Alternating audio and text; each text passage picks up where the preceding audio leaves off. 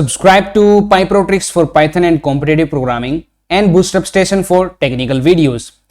Today we are going to find out the position of first 0, that is first reset bit from the right side of a number.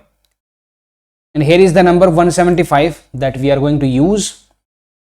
So let us write the binary of 175, 1010, then 4 ones, and also mark their positions 0, 1, 2, 3, 4, 5, 6 and 7. So we can clearly see that we have a 0 at 4th position from right side. So this is the first 0 and we are going to output 4 as the answer, 4th position. So the approach we are going to use here is use of AND bitwise operator and the right shift operator. These two we are going to use, and let us see how to use them. So in the 0th step, what we are going to do is do an AND operation of the original number with 1.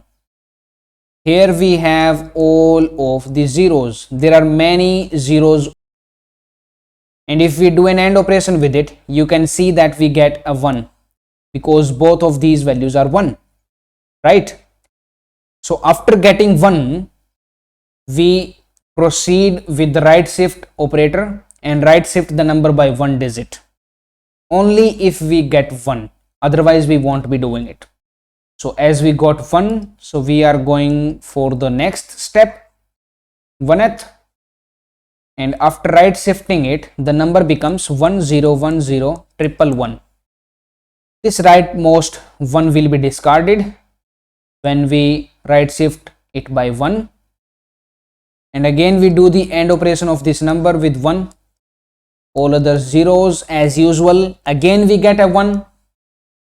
So again we are going to right shift this number by 1, and we are going to get, after right shifting, 101011.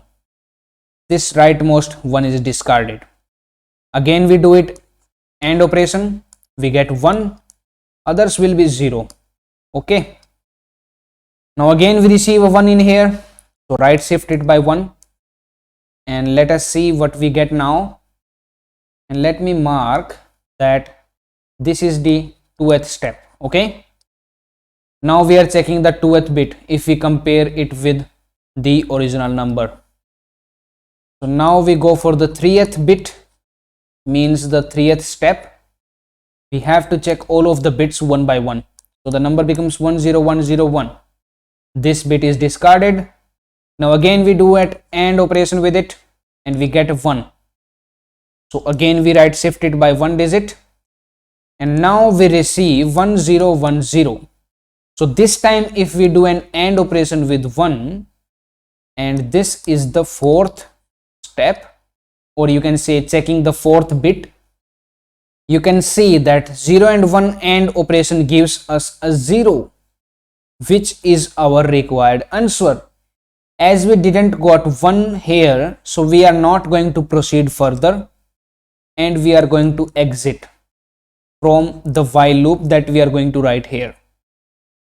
So we got 0 in the 4th step, which means that we have a 0 on the 4th position from the right, and you can see it right here that we have 0 on the 4th position. Clearly it is visible to you. So let us quickly write the code for it. Create a function def first reset bit from right side, and we are going to pass a number to it. Let us store a position which starts from 0 because we are writing it from the 0, and run a while loop after that. And in the while loop we are going to check whether the result of AND operation is 1 or 0, and we are going to proceed with the while loop until we get a 0. So in the while loop we write num and 1 is equal to 1 Until that time we are going to run this while loop.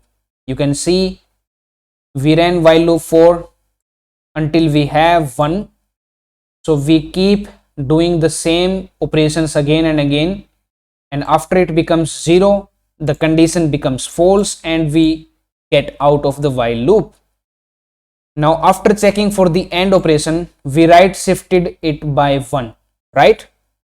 So that is what we are going to do. Num is equal to num right shift by 1 digit, and we are also going to increment the position by 1, so that we have a track of every step, or you can say checking every bit.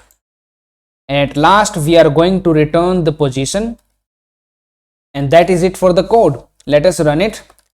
Print first reset bit from right side, and the number we are going to pass is 175, and you can see that we get 4 as the answer. Let us test for some more values. A bigger one, you can say 12375, and we get 3 as the answer. Let us also check the binary of 12375, and you see 0, 1, 2 and 3. At the third position we have a 0, that is what it is printing. Let us check for one more number, 127, which has all ones, and the number of ones in 127 are, you can see that we have 7 ones. So the answer must be 7, because the numbering starts with 0. Let me write it for you. So 127 is 7 ones, and the numbering is like this: 0, 1, 2, 3, 4, 5, 6 and so on. And we have a lot of zeros. There are many zeros, so the answer must be 7. Let us run this now, and you can see that we got the answer as 7. And if you say like you don't want the answer to be 7 here, in the case of 127 we have 7 ones, so the number is until this one only.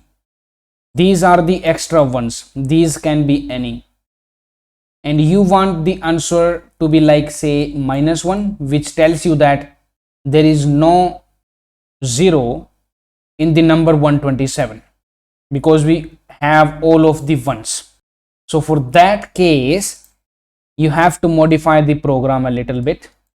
Let me copy it and do the modification in another cell.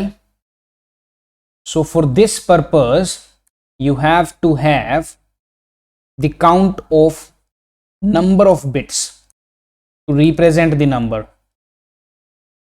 So you need to have the count of all of these bits. Like here we have 7 bits, so you need to have the count of these bits stored into another integer.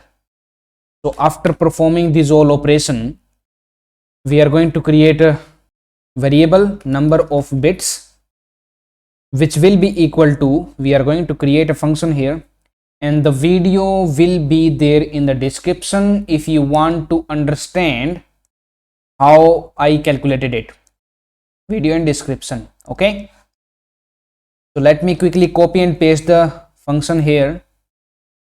So here I am pasting the function count bits, and in the number of bits variable I am going to call this function count bits, and we will be passing the number in it. So now this variable will store the number of bits inside the number, let's say 127 for example, and it will store the number 7 because 127 contains 7 bits. Now we are going to check if the position is equal to number of bits, then we are going to return -1, otherwise it will return the position, that is it. So you see the answer 4 and 3 for the first two numbers. It should also output 4 and 3, but it is not giving the correct answer. Let us see. Here we are executing this command count bits to store the number of bits of a number. We have to have it before the while loop. because here we are modifying the number itself. So the modified number passes to the count bits function, which gives you wrong results. That's why we are using this statement before while loop, so that we pass the original number into the count bits function. And now if we run it, you can see the output 4, 3 and -1. Earlier we got 4, 3 and 7, which was wrong because the number has 7 bits only used to represent it, and there is no 0 in these 7 bits. That's why we printed -1 as the answer, which tells us that there are no zeros inside the number. So this is the final code. Now please subscribe to PyProTricks and Boostup Station. That's it for now. Thank you for watching. Now it's time to discover more. Simply click on the screen to subscribe to our channel and watch another video to discover more.